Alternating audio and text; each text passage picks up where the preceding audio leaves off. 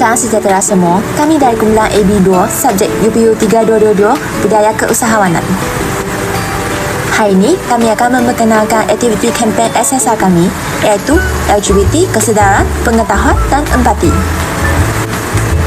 LGBT merupakan singkatan kepada lesbian, gay, bisexual dan transgender. Istilah ini menunjukkan kepada individu yang mempunyai orientasi seksual atau identiti jantingan yang berbeza daripada kebiasaan masyarakat.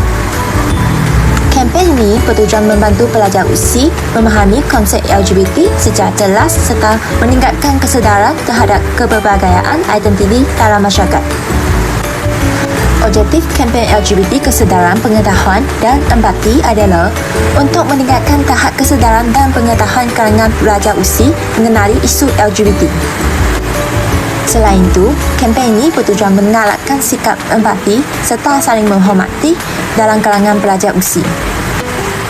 Melalui pendekatan pendidikan, kempen ini diharapkan dapat membantu membentuk kalangan pelajar USI yang lebih berfikiran terbuka dan bertanggungjawab. Bagi mencapai objektif tersebut, aktiviti akan dilaksanakan dengan membeli borang suara sedikit dan mengedarkan flyers.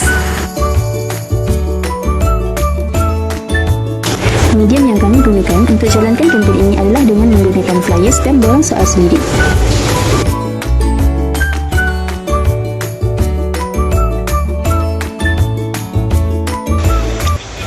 Tujuan kempen ini diadakan adalah bagi memberi kesedaran kepada masyarakat agar tidak terjerumus dalam gejala LGBT ini.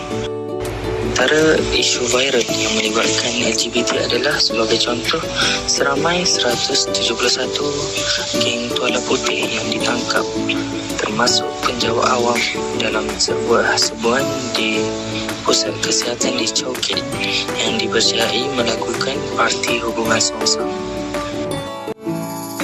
Mesej yang ingin kami sampaikan melalui kempen ini ialah: yang pertama, sebagai pendidikan awal bagi kesedaran masyarakat. Yang kedua, untuk memberikan pengukuhan kepada nilai dan agama dalam diri masyarakat. Yang ketiga pula, memberikan penekanan kepada masyarakat untuk membanteras kegiatan LGBT ini.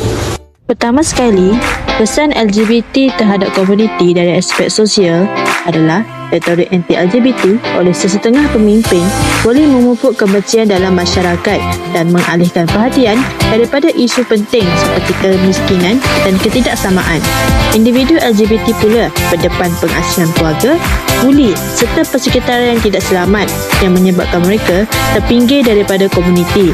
Selain itu, program Mukhayyam dan usaha pengubahan orientasi mengukuhkan tanggapan bahawa golongan LGBT perlu dipulihkan sekaligus menjejaskan maruah mereka dan kedudukan sosial mereka.